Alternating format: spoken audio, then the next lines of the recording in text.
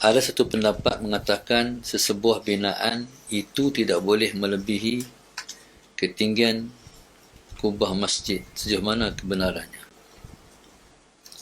Orang ni bertanya berkenaan dengan binaan di atas kubur. Yang pertama sekali, hukum mendirikan atap ataupun bangunan di atas kubur.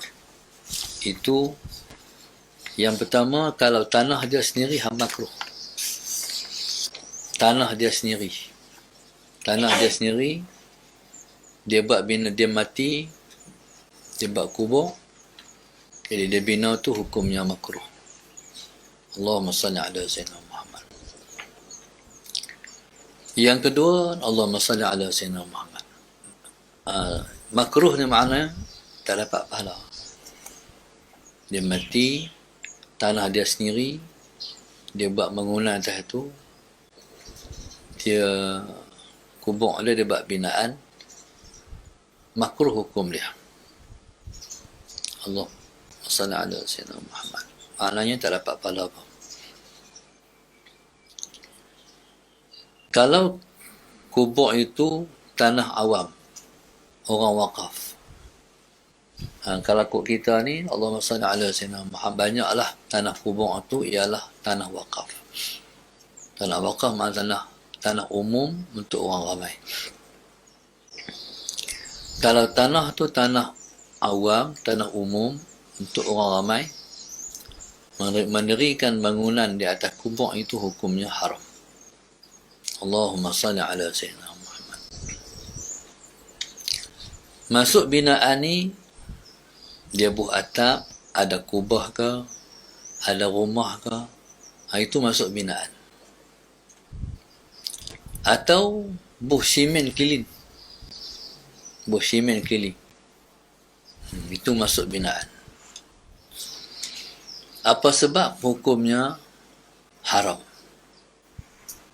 Sebab hukumnya haram ialah kerana dia menyempitkan kubur. Dia menyempitkan kubur. Sedangkan orang lain pun berhak terhadap kubur tu. Itu sebab hukumnya haram. Sebab hak orang ramai. Bila hak orang ramai, jadi Allahumma salli ala Sayyidina Muhammad, hukumnya haram tu ialah kerana orang lain pun berhak juga nak menggunakan,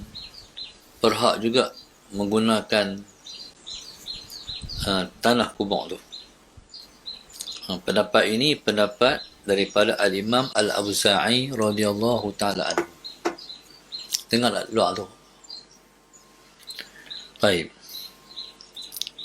Hal ini pernah berlaku pada zaman Sayyidina Umar Al-Khattab radhiyallahu ta'ala anhu. Sayyidina Umar bila dia tengok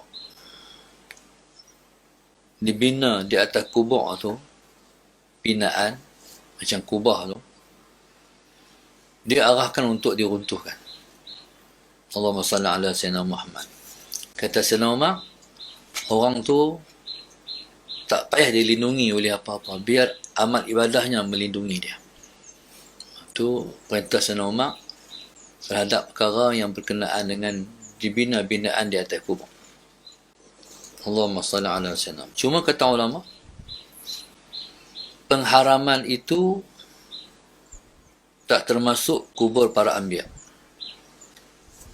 Kubur para anbiya, kubur para syuhada, orang-orang salih dan seumpama seperti mereka. Itu kecuali.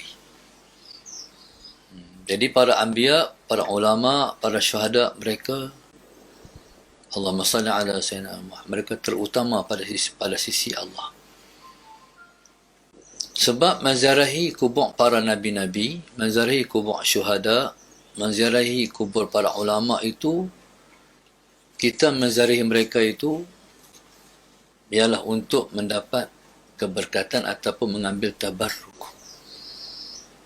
Jadi kalau kubur mereka tak dipelihara, Allahumma salli ala Sayyidina Muhammad, jadi akhirnya orang tak tahu kubur siapa. Sedangkan mereka hidup di kubur mereka dengan cara-cara yang hanya Allah yang maha mengetahui.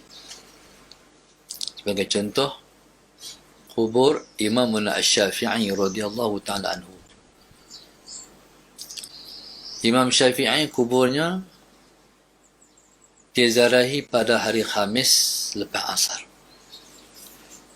Baik, bagi pengalaman orang yang disingkapkan alam ghaib, jadi pada hari itu sahibul maqam dia balik ke maqam dia pada hari itu. Nah, begitulah para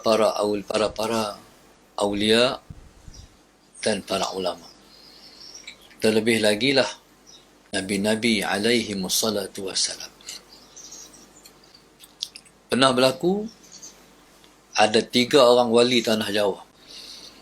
Sesaat mereka ziarahi makam Rasulullah sallallahu alaihi wasallam, bila mereka memberi salam, kedengaran jawapan salam daripada makam Rasulullah sallallahu alaihi wasallam. Zaman itu salam mereka itu dipersaksikan oleh khalayak yang hadir. Itu sejarah yang pernah berlaku di makam Rasulullah sallallahu alaihi wasallam. Baik. Bagaimana pula meletakkan batu nisan? Meletakkan batu nisan ni sunat. Sebab Nabi pernah meletakkan batu nisan di kubur saudara sesusunya, iaitu Uthman bin Maz'un. Allahumma salli ala sayyidina Muhammad. Uthman bin Maz'un. Allahumma salli ala sayyidina Muhammad. Pernah Nabi meletakkan batu nisan di atas saudara sesusunya Rasulullah. Dan bila letak batu nisan di atas kubur Uthman bin Maz'un, Nabi sebut ata'lamu biha qabri ata'lamu biha qabr akhi. Ata'lamu biha qabr akhi. Kamu tahu tak di kubur saudara aku, kata Rasulullah. Nabi meletakkan kubur di atas kubur Uthman bin Maz'un itu untuk memberi pengecaman terhadap itu ialah saudara adapun sanak saudara kita.